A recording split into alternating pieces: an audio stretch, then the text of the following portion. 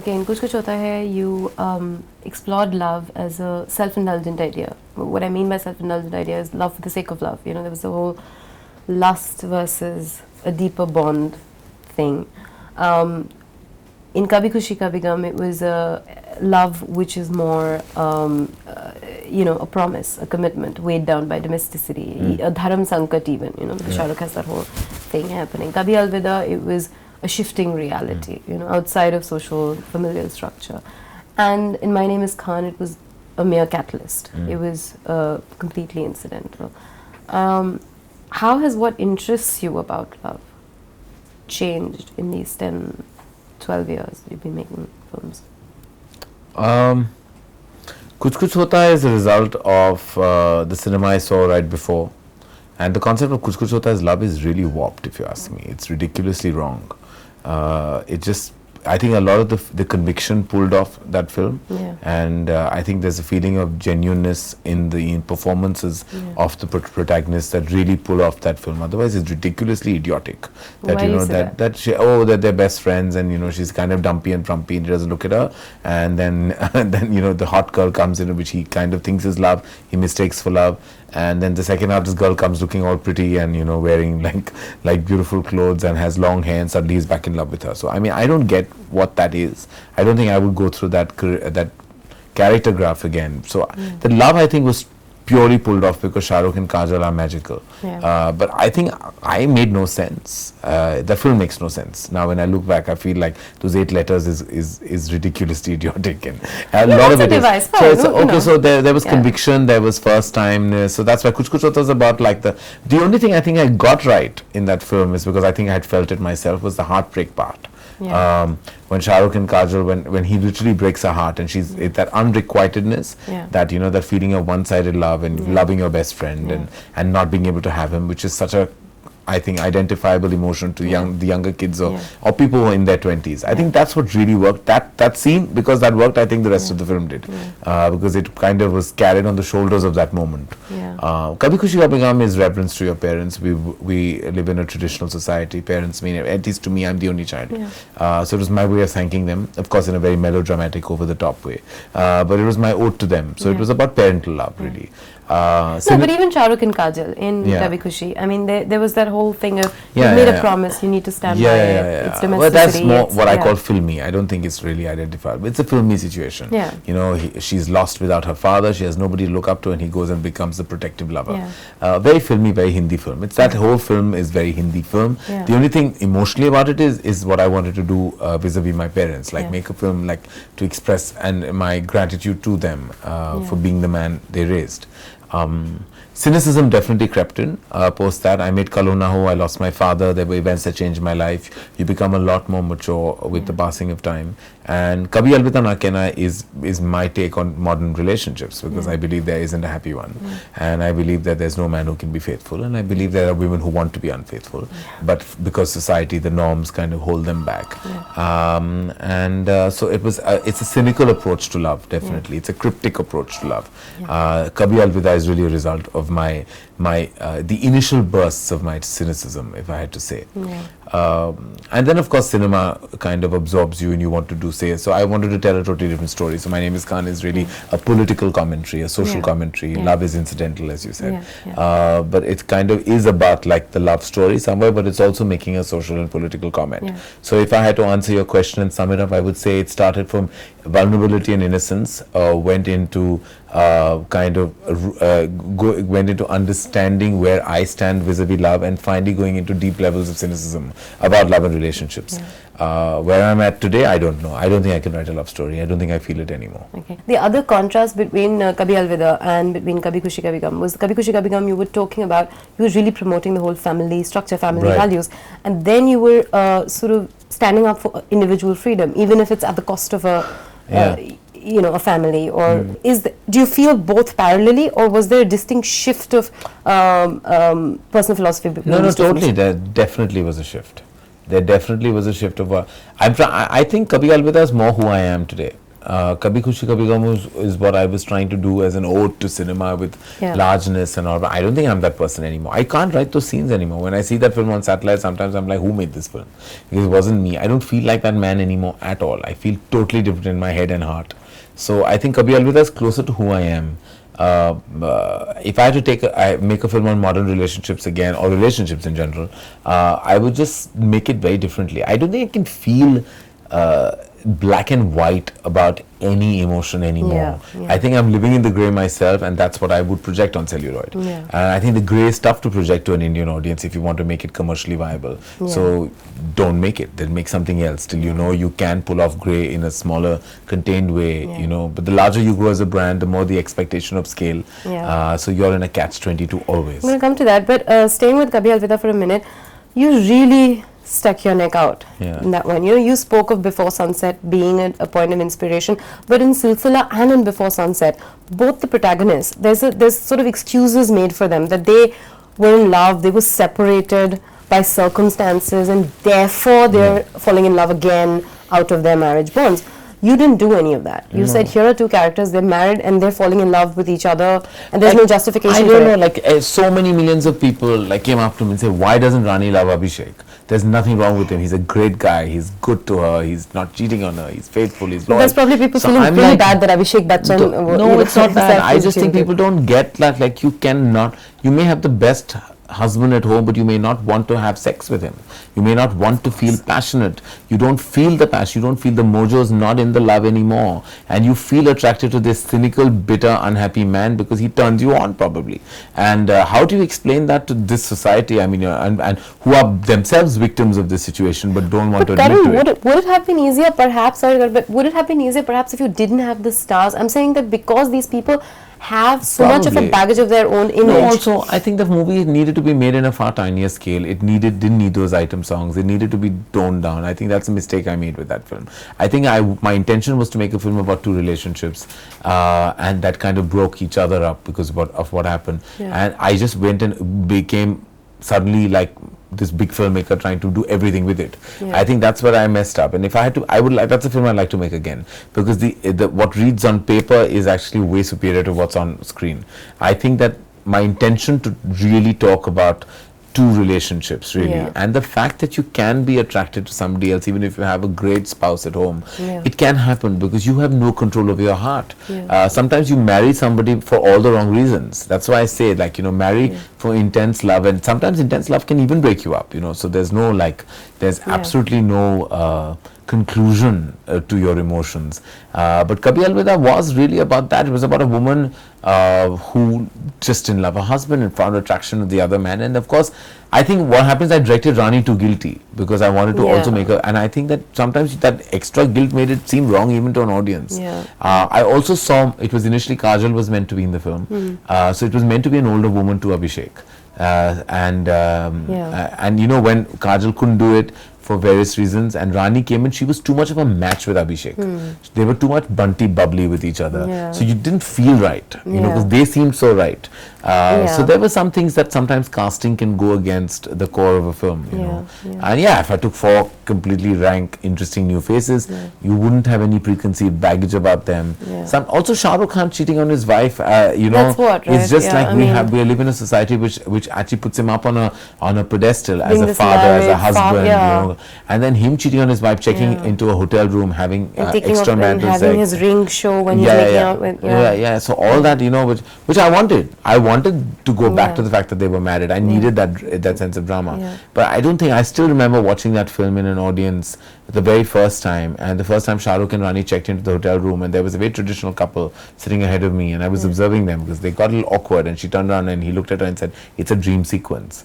And when he realized it wasn't a dream sequence 5 minutes later, that it was really happened, that they had sex in a hotel room, they walked out.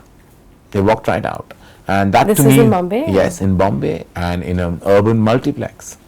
And I was like, this is the truth of the matter. This is the dichotomy of our society. This is the double standard. Probably each one of them have children at home who are probably screwing around all over the place. But still, when it comes to brass tacks, I remember I walked out of that screening and a lady came up to me with a weeping daughter. And she was like, she came up with a really nasty tone. And she said, I brought my daughter to see a Karan Johar film so that she could feel happy. She's just broken up with her husband and this is what you've made. And I was like, look, I'm really sorry, but I wasn't making it for your daughter. I was making it for myself. But this is the preconceived notions people have when they want like everything rose tinted. Everything has to be glossed over. No, Shah Rukh Khan cannot cheat on his wife in film. No, he cannot. Rani Mukherjee cannot cheat on Abhishek Bachchan. You know. No, I'm sure that went against you. Karan Johar, Shah Rukh Khan, and then you make a film from loving your parents to leaving your wife was like a drastic turnaround, which just didn't work. And I was like, in India, the film did really well overseas, and I realized why later. Overseas, it went on to becoming one of my biggest hits because I felt that in overseas, there's a culture of seeing films alone. So husbands and wives are watching this film alone. They weren't going together. Because I remember a couple came up to me and said, like, how do you watch this film with your spouse? What do you say? If you liked it, they'll turn around and say, what did you like about it? So he says, a fight back at home. Who wants to have that fight? So it's easy to say, I didn't like it. Because everything is right, you're morally right. So I heard so many different kinds of opinions post that film, and it was almost interesting as a filmmaker that I managed for myself to stir things up. Then in America, like I met people and said, oh, I didn't go with my wife, you know, went off one afternoon and saw it. The wife turning out, some other wife turning out to me, oh, I saw it like with my girls.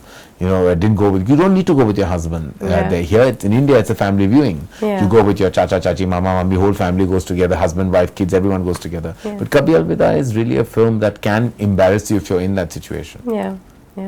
What is the first impetus to make My Name is Khan?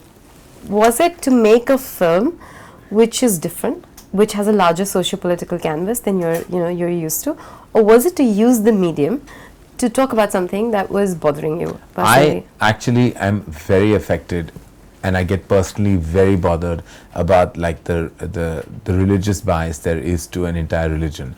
I've grown up with my father who lived in Pakistan for 10 years, has many friends, spoke about partition to me extensively, spoke about his Muslim friends that he had across the border, spoke about how sad he felt that he had lost touch with all of them.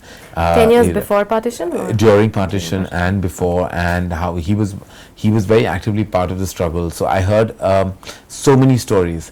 I've always felt very strongly that, you know, there is this bias. I've lived through the riots in Bombay, and, you know, just it's always bothered me. And then once I was in New York, right after I made Kabhi Alvida, I had gone on a 3-month trip away, and I was with friends who I connected with after a really long time. And we were at dinner, and there was this whole conversation about like one of them hiring a Muslim gentleman and how the organization felt very strongly against it. And how he was like actually supportive because he made very drastic comments, which I don't even want to say because I don't even want to even go down that path.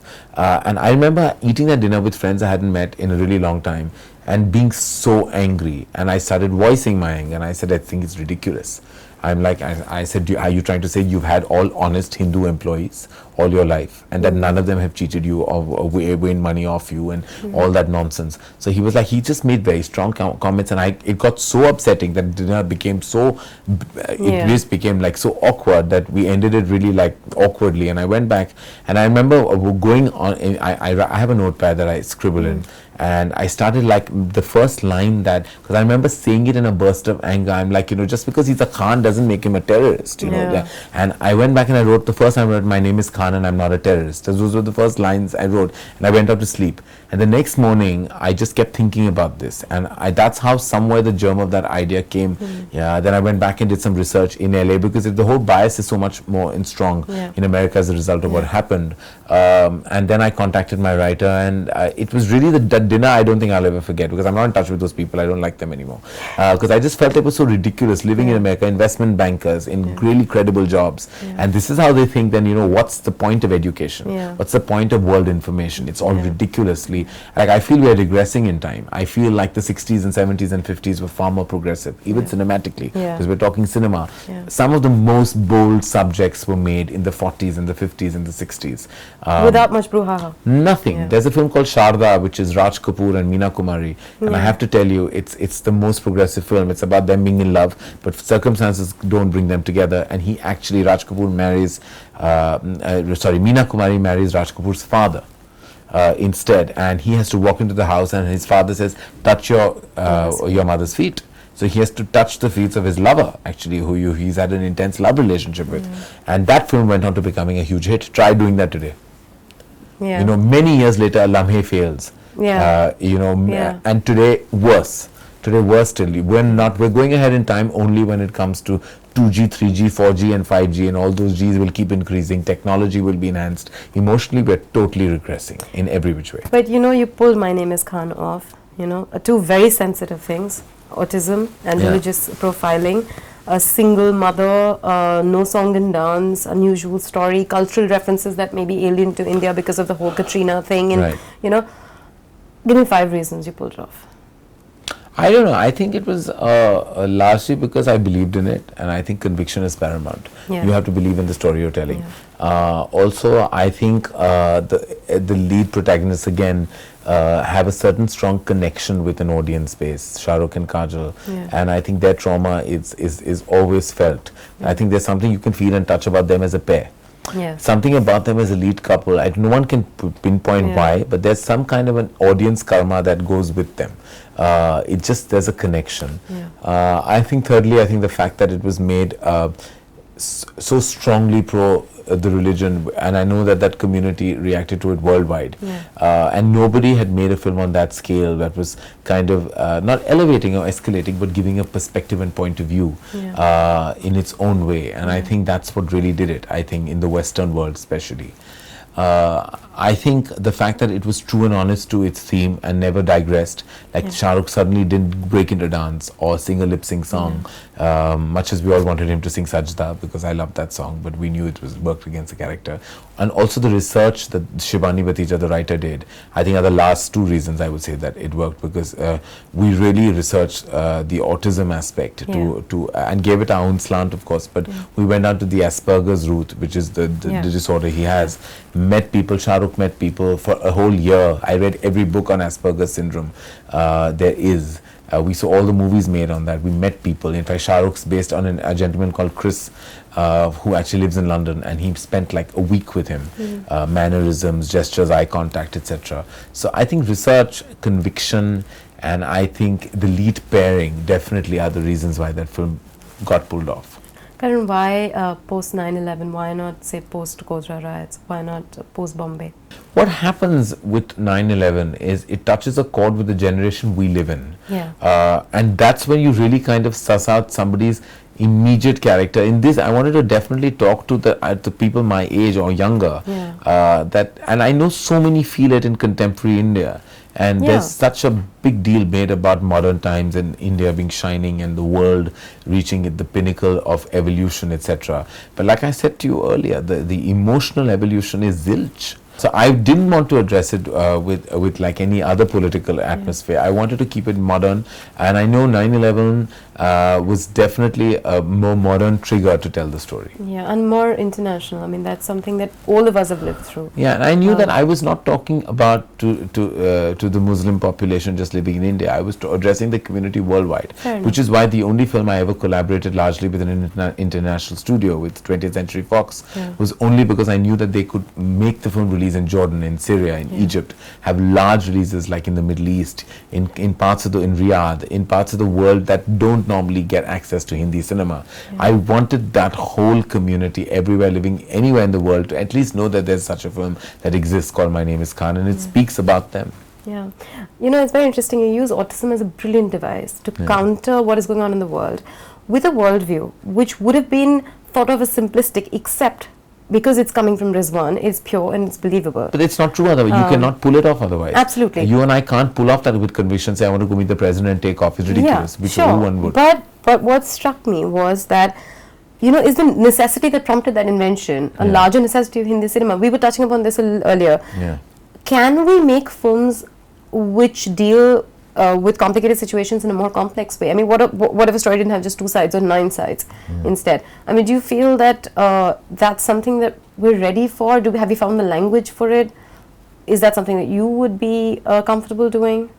Yeah, I'm sure. I mean, I don't know what to say. I really feel we have such a schizophrenic audience that you don't know anymore what really works for them. they accept like an unusual film, with layers and shades and with almost like lead movie stars playing characters like this simultaneously, and then you suddenly see one brain dead entertainer making 200 crores. So I mean, you don't know what's happening out there. You just have to kind of tell your story and make it like my name is Khan. It's easy for people to say like oh my god, like oh it's worked overseas. It worked in India, it worked overseas, and look at the obstacles it had in its commercial path.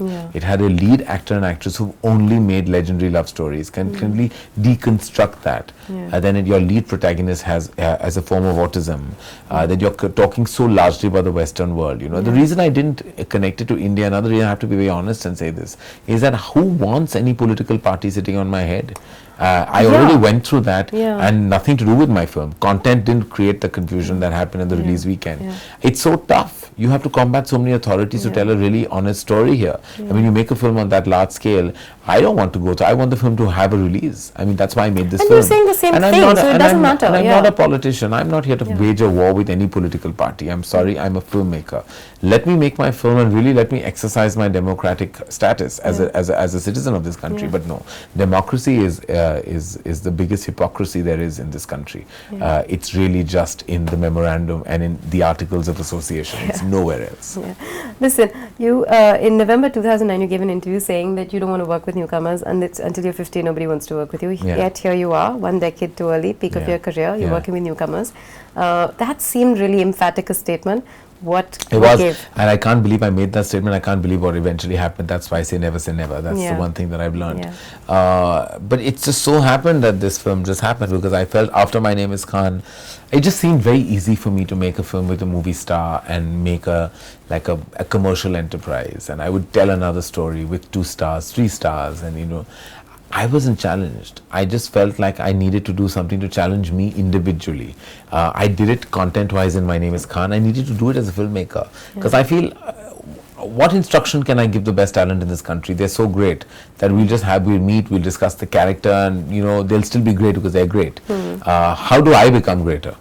What do I do to make myself feel like I'm more challenged as a director? And I'm not here to make the money. I'm not here to kind of build like empires. I'm here to satisfy the creative urge I have in me, and that was to suddenly play tutor and teacher. And the only way to do that was to actually launch New Kids. And simultaneously, I thought it was also a great idea for the company, so we could leverage from them in the future if we set them up. So take rank newcomers, make a film that is really about positioning new talent and giving them a platform that was large enough for the world to notice. And suddenly I felt that why am I waiting till I'm 50 and no one wants to work with me? I don't want to work with half the people anyways, because it's not challenging to me anymore. And after this, now I feel I have done my bit. Yes, maybe I can make a star vehicle film now, because I enjoyed this so much, because it was not just being director, it was playing tutor, it was playing guide, it was being philosopher, it was being therapist, it was being everything, it was being mother, father, everything. Like the 3 of them were so, and not only 3 of them, we've launched 4 other kids who are in the supporting cast. So I felt like I was the dean of this college, and just completely enjoying the experience, completely feeling like, and I became like as vulnerable and as first time as them, because I hadn't done this before. So while they had never faced the camera, I had never instructed to this extent to any actor. You've cast 3 people who are next generation of key players in the industry, people who've been a part of the industry. Is it going to irritate you if you're asked to defend that choice? No, because how can you're going to be that you're from a film family, you're casting people from a film family. No, the media. I mean, how can, there's always somebody related. Firstly, it's so sad to kind of club these kids and say just their film family. Like each one of them, Varun Dhawan is David Dhawan's son, came to me as an AD. As an AD, he was an intern, and then he became an AD on My Name is Khan. He was not offered like the earth and the moon. I mean, eventually his father would have given him a platform, but it would not have been that extravagant. And at the end of the day, he had to go through his own struggle. He was business school, came back here, decided to be an actor, trained himself, did all kinds of trainings, worked for 3 years on his acting skills, and became an AD to learn the craft.